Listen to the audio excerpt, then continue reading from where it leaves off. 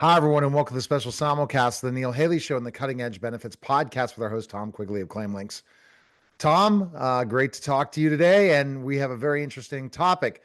I think when you hear it, you'll say, where are we going with this? Well, that's why I want to try to go with a quite interesting topic. Your insurance card doesn't mean what you think it means anymore. Employees think, I have insurance, I'm covered. Reality, prior authorization denials, narrow networks, out of network surprises. So, what does an insurance card actually guarantee today? Well, it guarantees that you have a network. If it's an ACA compliant plan, you have a network and you have a preventative care with no limits, and you have a catastrophic coverage. What else? What other things you buy? That's up to you. Personally, I wouldn't buy anything, but that's my choice. So that's all you got. So then you got, if you buy copays from them, you might have $25 office visits. You might have a drug card, those things. Okay. How do prior authorizations control access to care? The insurance companies determining with the hospital what's needed, or, for surgery, or, if it's deemed experimental or if it's deemed necessary, medical necessity. And, that's been around for a long time, decades. Right. So basically, the network thing really kills people, right? Or they can't see their doctors, or they can't go into specific hospitals. Depends what network they choose. Right. Exactly. So why are denial rates increasing even for covered services? Why are they? Because the hospitals, the pharmaceutical brand managers, and the insurance companies have a great racket going. There's no price transparency. They charge ridiculous amounts. The doctors save lives. Totally get it. They're not part of this. It's the behind, they're all being bought out by hospitals, and that's what's happening. Is they're taking advantage of the consumer's lack of knowledge.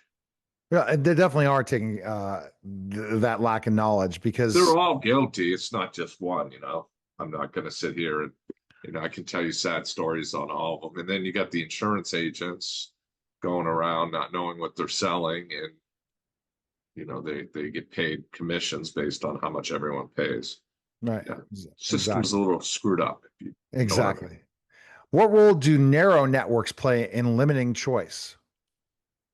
That's just a game the insurance companies, they call narrow networks, where they try to squeeze the hospitals and doctors out of how much they pay them, which in turn allows for them to in their lower their premiums versus their expansive networks. And that really doesn't give you good access then, right? If they narrow networks. And if your doctors and hospitals are in the network or not, emergencies are covered regardless. Right. But it's all about your doctors. That's why I do direct primary care. It's so much easier. Well, it makes complete sense to do that because then you're paying every month, I just and then scheduled a physical for next week. I figured I needed an EKG, and I was put on cholesterol a few months back. Make sure that it's no adverse effects. See how that's going, and it will cost me nothing for the EKG, maybe $100 for the blood. But I'm getting blood work that insurance wouldn't cover right. with the same lab corp. It's Yeah, and funny. you could end up not even running and coming up with a plan, get blood work done, and it's cheaper than if you ran it through your insurance sometimes. That's really sad. Well, I don't even run it through the insurance. Why Yeah. would I do Right. that? Right. Well, I'm Because just saying, yeah, they deny it. they wouldn't cover things. They would say that you got to pay 2,000, blah blah blah. I priced it the one time. I asked the insurance what would it cost, and they said those tests would be $2,000. And I said okay, and I went to direct primary care, and I think it cost me $109. Right. Think about that.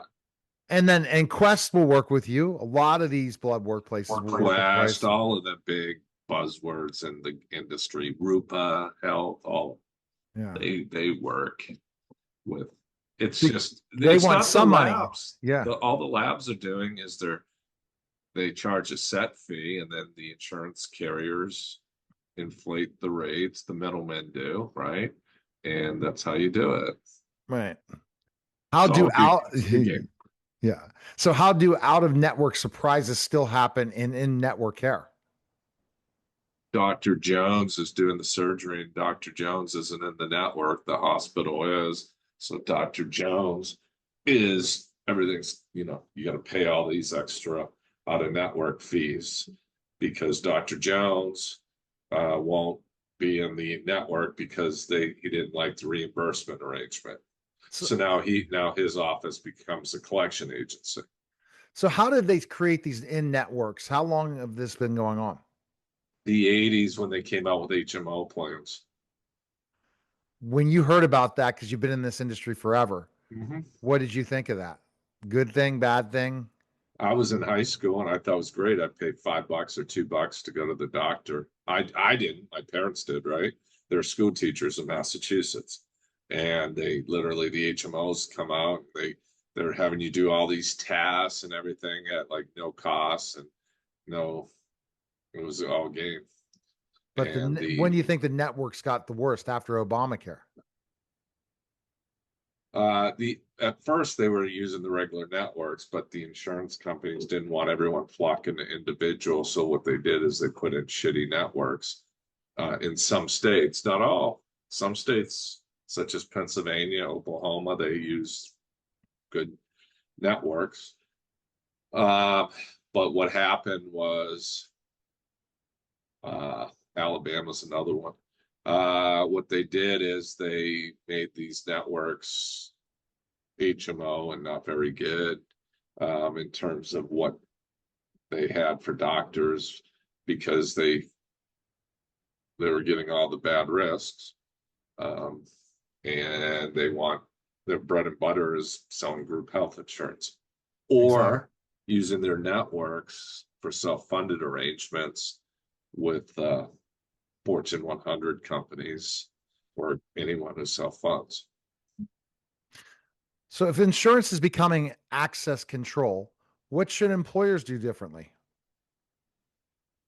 They should understand the rules of the HIPAA laws, the ERISA laws, the ACA laws, and what they Section 105 and understand them.